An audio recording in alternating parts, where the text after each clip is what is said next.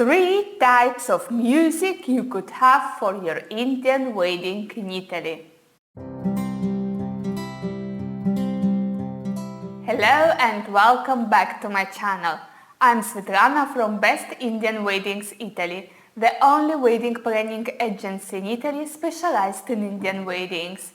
Every day I help Indian brides and grooms-to-be realize their authentic Indian celebrations in the most beautiful country in the world. I'm running this series of videos called the SOS Indian Weddings in Italy with useful tips and advice that you won't find anywhere else. So, if you are looking to host your destination wedding in Italy, then please subscribe to my channel, hit the bell to always keep updated with the new videos every week. The topic of this week is 3 types of music you could have for your Indian wedding in Italy. Music is really important in Indian weddings. It's all about dancing, mixing traditional music with modern hits, having fun all together from kids to elderly. I can't imagine an Indian wedding without a great music for every moment of the celebration. Can you? And it's not only about the wedding reception, but every event must have a dedicated music. So I decided to dedicate this week's topic to the wedding music because it's such an important moment that surely deserves your attention. Of course, different couples have different music taste. Ask for different genres or different types of music, depending also on how high the music in the list of their priorities is, but also on their budget. Anyway, the music can be easily split into 3 main groups, 3 types of music that you can potentially have at your Indian wedding in Italy: DJ, live music and recorded music. Every type of music has its own specifics, is more suggested for one event rather than another, has its pros and cons, and of course a different cost. So let's analyze them together and see the best moments for each of these types of music. Of course, the most popular choice for most Indian weddings is the DJ. Oftentimes, couples just go for a DJ without thinking twice and delegate him all the moments of the celebrations. In fact, it's the easiest option, the most obvious one. You would hardly participate in an Indian wedding where there isn't a DJ. But don't forget that we are talking about an Indian wedding abroad, and things work differently at a destination wedding than back home. So why is a DJ the most popular option? Because DJs are experienced with different wedding events and they can easily propose music that works better for your Sangeet, for example, or your Jago night, or put together playlists for your wedding reception that better suits your wishes. Some couples maybe want more R&B music, some other more indie music. Then there must be famous Indian songs too to please all your guests, and maybe some Bhangra music too. I always suggest discussing your music preferences well in advance with a DJ so that he can prepare a playlist for the events you hire him for. In fact, it's important to know that you hire a DJ for specific events and pay for each event separately. So the more events you decide to organize, with a dedicated music of course, the more you would pay the DJ. Sometimes couples arrive to pay even 6,000 to 7,000 pounds to their favorite DJ just to have him performing at their wedding. And that's only the fee. Yes, because then there are extras that often don't get considered when couples ask for a DJ quote. The first extra is of course the travel and lodging expenses. If you want a DJ experienced in Indian music, you would likely bring him from the UK. That means that you would pay for his flights and his transportation from the airport to the wedding place and back, for his accommodation and his meals of course, and that's directly connected to the number of days and events he is requested for. And then there is another important extra that you absolutely need to consider: the equipment. If you would get married back home, your DJ would already be equipped with everything needed to play at your wedding. And the same would be if you would go for a local Italian DJ. They all have their own equipment they use for local events. Speakers, console, lights, every professional DJ owns that. But when they have to travel abroad, especially to fly somewhere, it isn't possible to bring all that bulky stuff, and they just bring their laptops with them, and everything else must be sorted out locally. Add this for the DJ's fee, also the equipment must be paid per event. Sometimes it's per day, but mostly per event. So you understand now that all that pretty professional stuff that you may see at Indian weddings back home must be rented extra in Italy.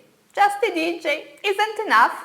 And very often the cost of the DJ becomes twice as much with all these extras, and sometimes even 3 times as much if you want to add extra lights or maybe need a specific equipment that costs more than other.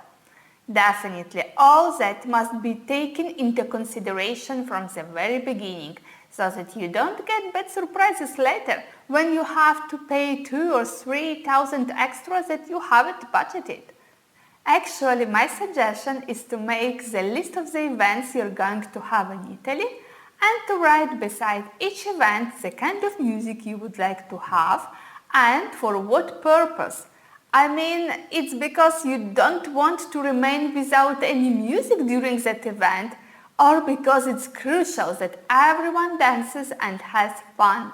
And if you see that there are some events where you just need some background music, why should you spend extra for the DJ?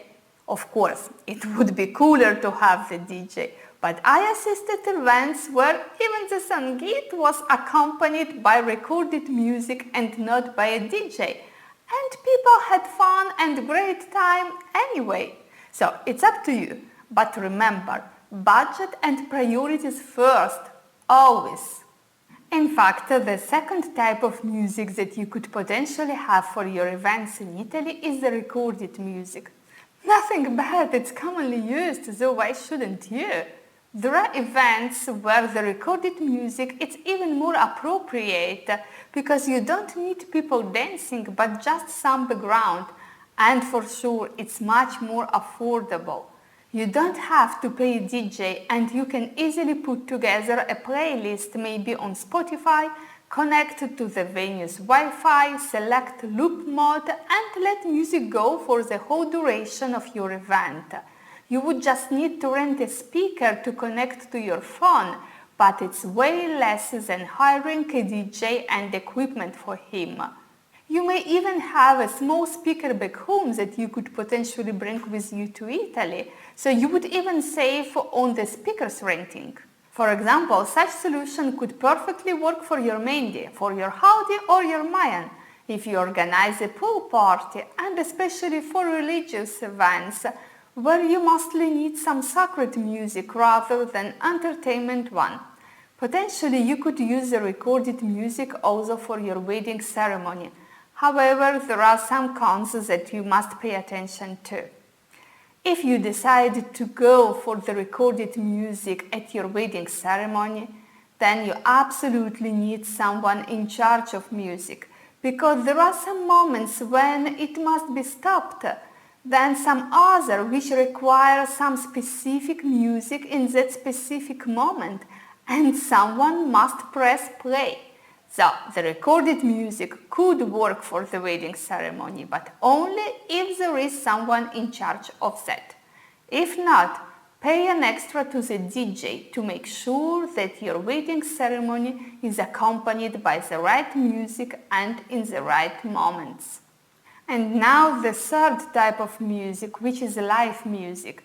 This one is often considered as a luxury that can easily be replaced by the DJ who costs less. Of course it can, but if you want to bring your wedding celebrations to the next level, then live music can make it happen. There are two types of live music for two purposes, I would say. One is the wedding ceremony and the second one is the wedding reception. For the wedding ceremony, again, there are two different situations that you could potentially face. The first one is your religious Indian ceremony, where a specific music is played. For our Sikh couples having their Anand Karaj in Italy, we also organize Raji musicians included in the cost of the ceremony. So here you don't have to organize any other music. For our Hindu couples instead, there is the possibility to hire professional tabla and sitar players to make your ceremony more solemn and authentic, something that can't be replaced by recorded music. Then some couples also have a white dress ceremony, maybe because it's a fusion couple going for a double ceremony, or because you just want to add the legal wedding to your traditional Indian one. This ceremony could be truly romantic if accompanied by live musicians. We had couples going for a guitar player, for a classical string duo or trio, and even for a sax player. Definitely that would add that particular touch to your ceremony to make it more romantic. The cost of such music performance isn't usually too high, so if your budget isn't stretching, then you could definitely evaluate this add-on. And lastly, I want to mention live music for the wedding reception. Italian weddings always have live bands playing at wedding receptions. However, for Indian weddings, I suggest mixing the band with the DJ. Of course, it would mean that you would have to pay both, and if your budget allows, do that, you won't regret. A live band will make your wedding reception classy, elegant, will create a true Italian experience. However, also here there are some aspects to not underestimate. First of all, it's important to know that at Italian or non-Indian weddings in general, people usually dance after dinner.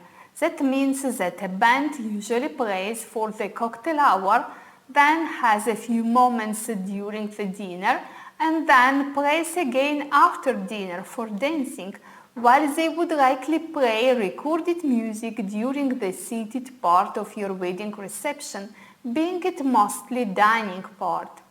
And since Indian weddings work differently, you would likely expect your guests dancing also during the dinner. So it's important to make it clear to the band, because no band plays non-stop for 4 to 6 hours, but just for around 2 hours totally. In fact, my suggestion is using the band or another live musician mostly for the cocktail hour, which usually lasts from 1 hour to 1 hour and a half, and then for the first part of the seated dinner, when you have such important moments as your entrance, the cutting of the cake, and a few others. So you would potentially use the band until the first course is served, and then I would introduce the DJ immediately after, as you wouldn't surely want some soft relaxing music that nothing has to do with Indian weddings, isn't it true? So, as you see, not only the DJ but also live or recorded music can be options to consider for your wedding celebrations in Italy. We have seen different situations where you could go for one instead for the other, when it makes more sense and when it's more affordable, always with your budget in mind.